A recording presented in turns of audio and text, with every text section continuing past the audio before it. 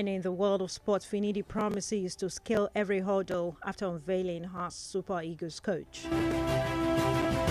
Good evening and many thanks for joining us for news across the world on Diamond 88.7 FM Ilori.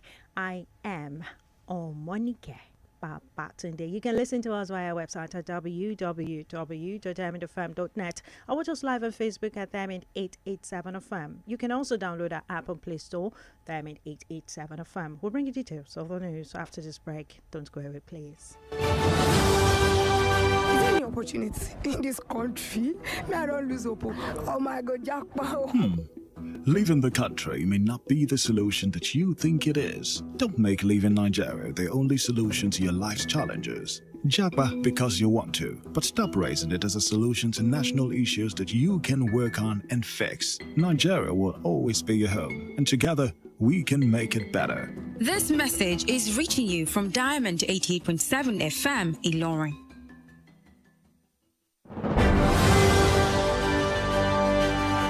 You're welcome back from that break, and now the news in detail.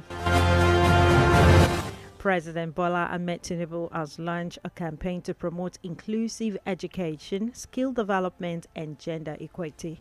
The campaign tagged We're Equal is an initiative of the Organization of African First Ladies for Development.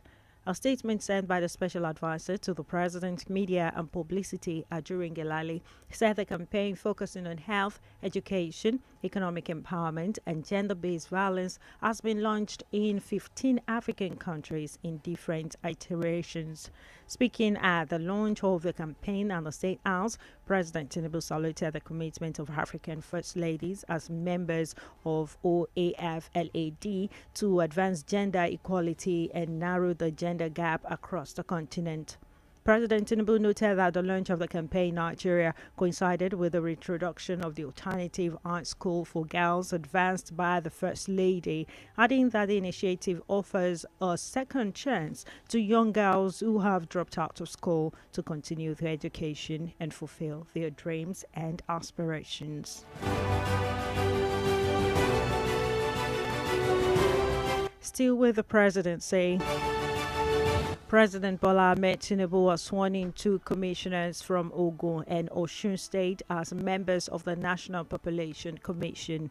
The two commissioners, Honorable Fasua Johnson from Ogun State and Honorable Amidu Rahim from Osun State, were sworn in today just before the Federal Executive Council meeting commenced in the council chamber. The short ceremony, which entailed their citation being read and the oath of allegiance being administered, was witnessed by the Vice President, Kashim Shettima, the Chief of Staff to the President, Femi Gbajabiamila, the Secretary to the Government of the Federation, George Akume, Cabinet Ministers, and other government officials.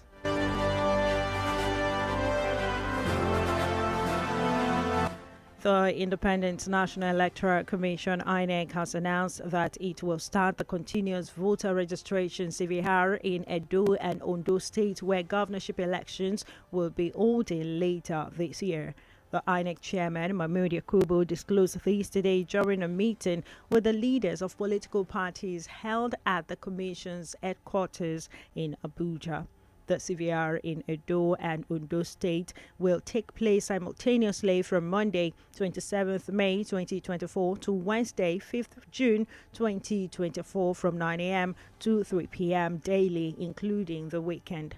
The INEC boss said that those who are registered voters also have the opportunity to transfer their registration from all the states of the Federation to Edo and Ondo State or from one location to another within the two states.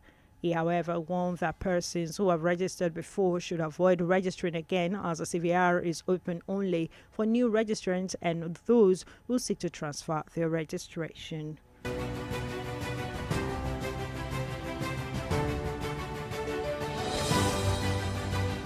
Still on INEC, the Independent Electoral Commission, INEC, has announced May 2024 as deadline for political parties contesting in a forthcoming Ondo State governorship election to submit names of their candidates. This was made known today by the INEC chairman, Professor Mahmood Yakubu, during a consultative meeting with political party leaders ahead of the 2024 Edo and Ondo state governorship elections. Yakubu stated that parties were expected to finalize and submit the names of their candidates before May 20, adding that there will be no extension of time. This, according to him, is when the portal for candidates in the forthcoming Ondo governorship election will close.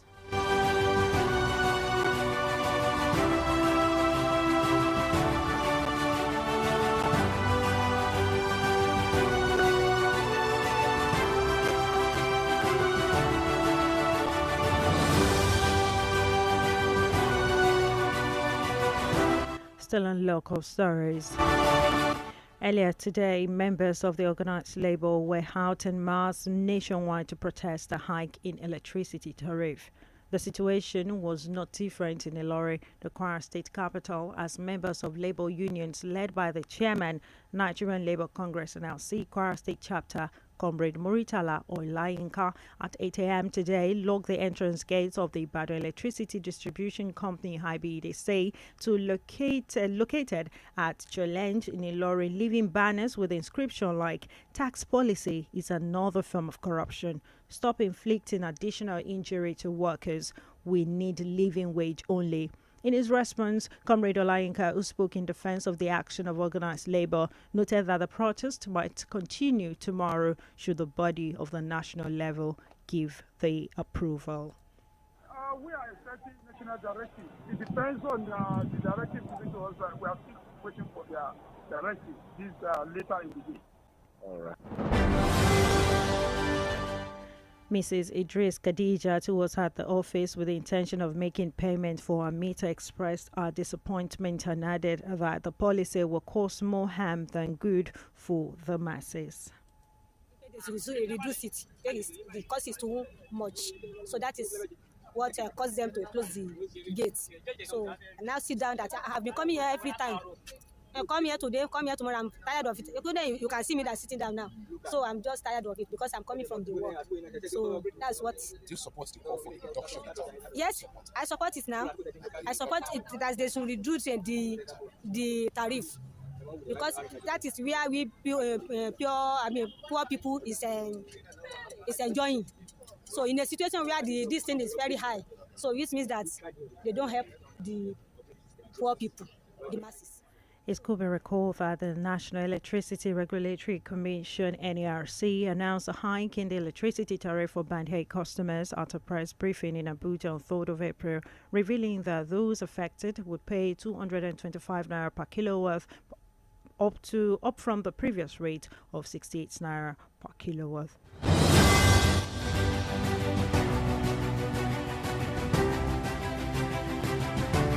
The Bishop of the Catholic Diocese of Ilori, Most Reverend Anselm Pendo Lawani, has called on the government to invest more in agriculture to address the pressing issues of food insecurity and economic challenges in the country. Speaking at the 2024 World Communications Day held at St. Joseph's Catholic Cathedral in Ilorin, Kwara State, Bishop Lawani emphasized the need for affordable and accessible food for all citizens, particularly the less privileged who are struggling to make ends meet. According to him, investment in agriculture would not only provide employment opportunities for many people, but also make food available at an affordable price.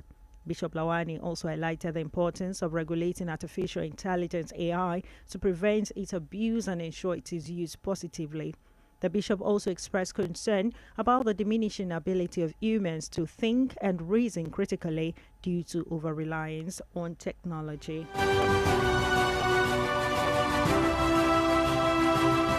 The news across the world is reaching you from them in 88.7 FM. Ilori will go on a break now, and when we return, we'll bring you foreign and sports news. Don't go away, please.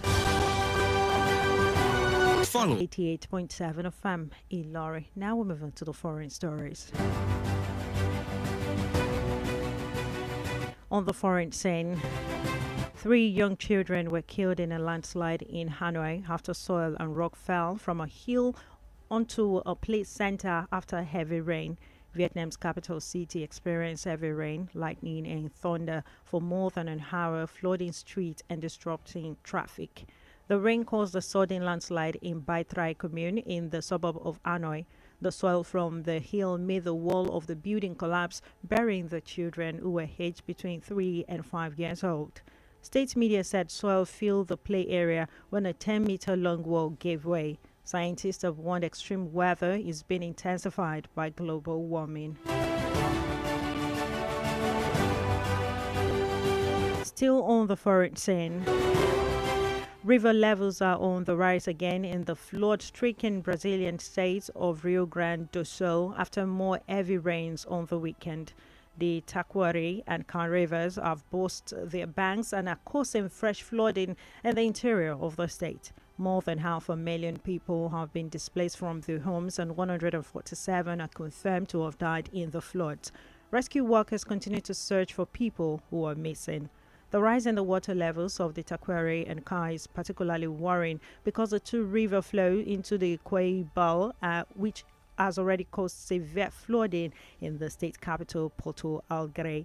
Larger part of the city, which is home to 1.5 million people, remain underwater, with the historic center particularly badly hit.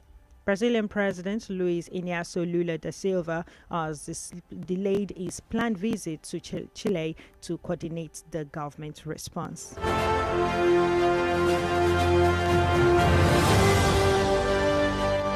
That ends our foreign news, and up next is our business news. Diamond FM Business News.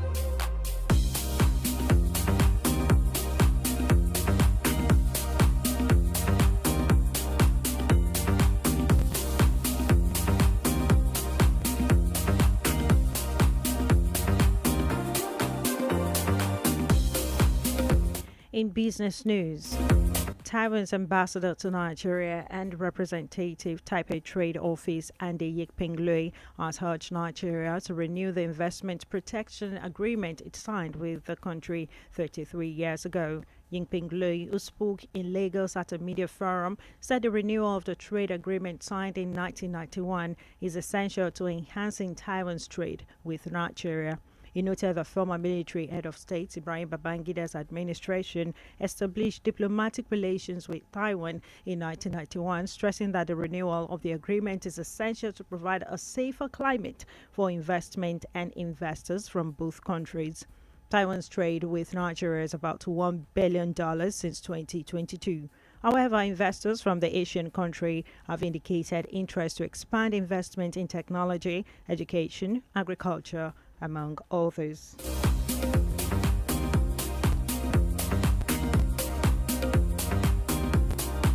That ends our business news, and up next is our entertainment news. Diamond FM Entertainment News. In entertainment update today, veteran Nollywood actress Shan George has revealed that she has recovered 3.6 million naira that was stolen from her bank account on May 3. The actress disclosed these in an Instagram live video. She also thanked Zenith Bank, the Economic and Financial Crimes Commission (EFCC), Nigerians, and all those who assisted her financially in a pursuit to recover her money. The actress promised to share more updates on how the incident happened and how she was able to recover her money. Recall that on May 3, the actress took to her Instagram handle crying out for help after a person allegedly cleared 3.6 million naira in a bank account.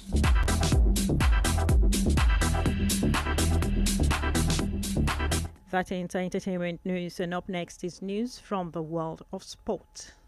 Diamond FM Sports News.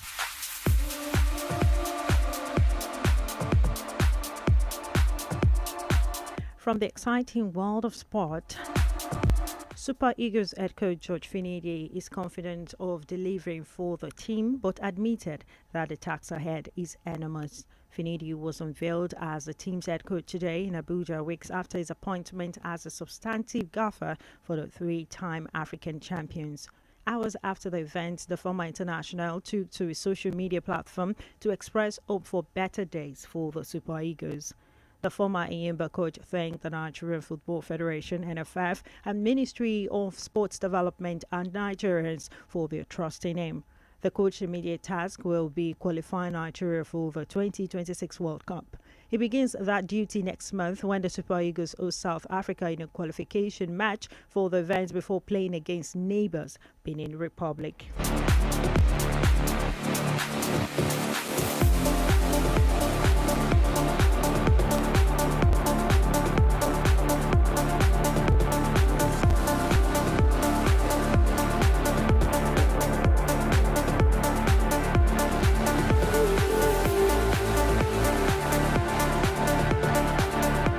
Still from the exciting world of sport, the identity of Super Eagles head coach Finidi George's foreign assistant is now known. Finidi, who was officially unveiled by the Nigerian Football Federation today, will work with 5 assistants. Benjamin James will serve as the first assistant coach to the head coach. James, who has spent over a decade with Bundesliga club TSG Hoffenheim, played in the Nigerian Premier Football League before enjoying stints in Germany and Italy. A 48-year-old fitness trainer, Chima Onyeke, will join the Super Eagles as fitness coach.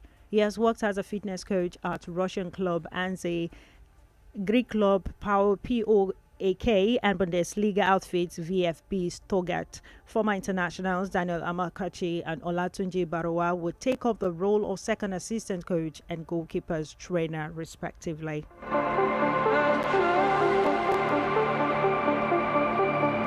That ends our sport updates.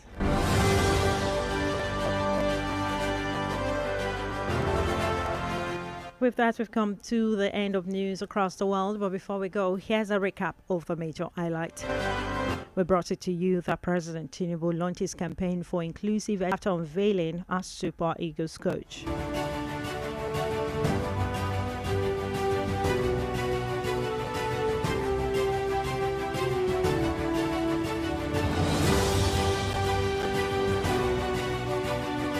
For today in history, did you know that on this day in 1981, Pope John Paul II survived an assassination attempt in St. Peter's Square, Vatican City, in which he was shot and seriously wounded by Mehmet Ali, a Turkish national?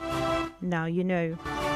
For news coverage or information about happenings around you, kindly contact Diamond FM newsroom number on 091 6062 7526. One more time, 091 6062 7526. The news across the world was edited by Habiodo Akiwumi, and my name is Omonike. Babatunde. Thank you for listening to your Shining Supreme station, and please stand by for the news in Yoruba language. Good evening.